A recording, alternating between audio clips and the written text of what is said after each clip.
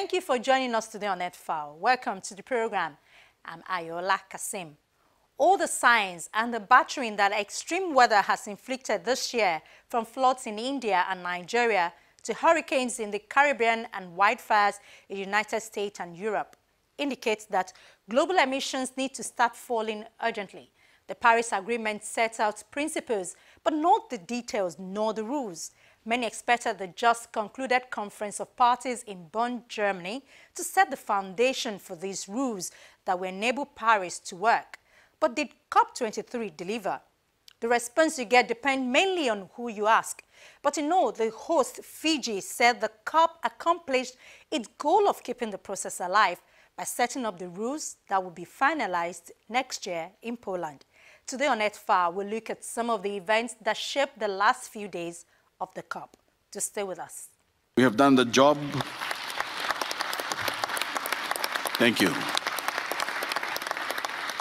We have done the job we were given to do, which was to advance the implementation guideline of the Paris Agreement and prepare for more ambitious action through the Talanoa Dialogue of 2018. By the time COP23 adjourned at 7 a.m. on Saturday, the 18th of November 2017, almost 24 hours over time, and with many items left open and unresolved, there was a general fatigue, ostensibly from the repetition of differences that just seemed not to go away, as much as from the all-night session that followed 15 hours of frenzied negotiations. Our coalition is ready more than ever to support you and work with you and all parties with the view to scale up ambition, strengthen the new climate regime so that we can finally solve the problem of climate change. To many observers during COP23 and several negotiation streams concerning the Paris Agreement, it became apparent that the agreement was seen by delegates as a concession to status quo, rather than the step forward that it had been touted as being. It became clear that the value of the agreement depends on how it can inspire the action that is needed through its multiple reporting requirements and general voluntary review processes. Neither the reporting requirements or general voluntary review processes were agreed, and discussion will continue on them at the next COP and interim meetings. Mr. President, the Paris Agreement was a remarkable achievement by any measure. It reminds us of how much we can accomplish as an international community when we work together with a common purpose. Virtually no progress was made on taking action.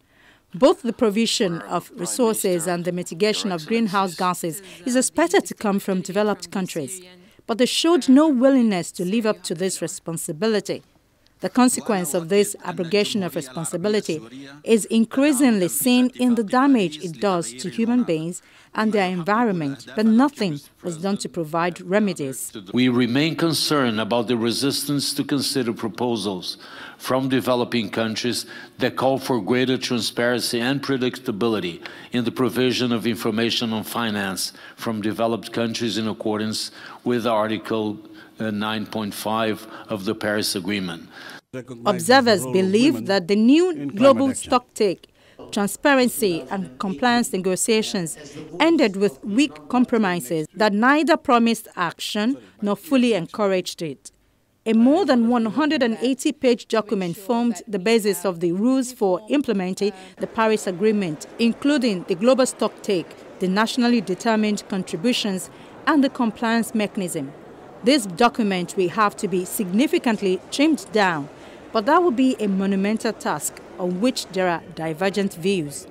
To mobilize financial resources for the climate change actions, and the second one is compliance, because all the parties need to be follow and take actions, the agreements in the Paris Agreement to combat climate change. The European Union again had a central role in brokering agreement during the two-week climate negotiations. The EU announced on Thursday, the 16th of November, that it intends to deposit the ratification instrument of the Doha Amendment to the Kyoto Protocol by the end of this year. The Doha Amendment concerns the second period of the Kyoto Protocol, which requires parties to reduce their greenhouse gas emissions by the year 2020.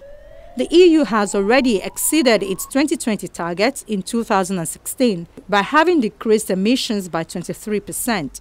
The decision to swiftly ratify the Doha Amendment, the European Commission says, demonstrates commitment to the international climate action and shows that the EU makes good on its promises.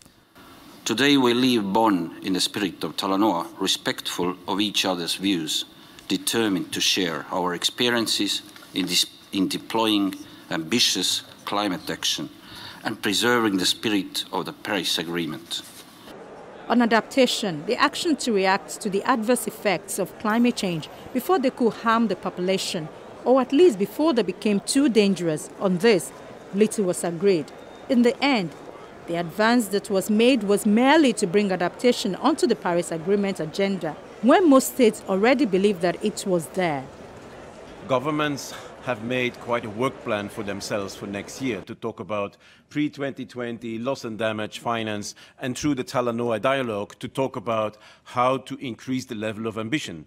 And we all know that is urgently needed. You have all seen the UN Environment 7th already emissions gap report that indicates that we are currently on track to do only 1/3 of the effort that is needed to reach the objectives of the Paris Agreement. So countries know that they need to do more, and now they need to grab the opportunity that the Talanoa dialogue offers to really make progress, and we need to see that progress during 2018.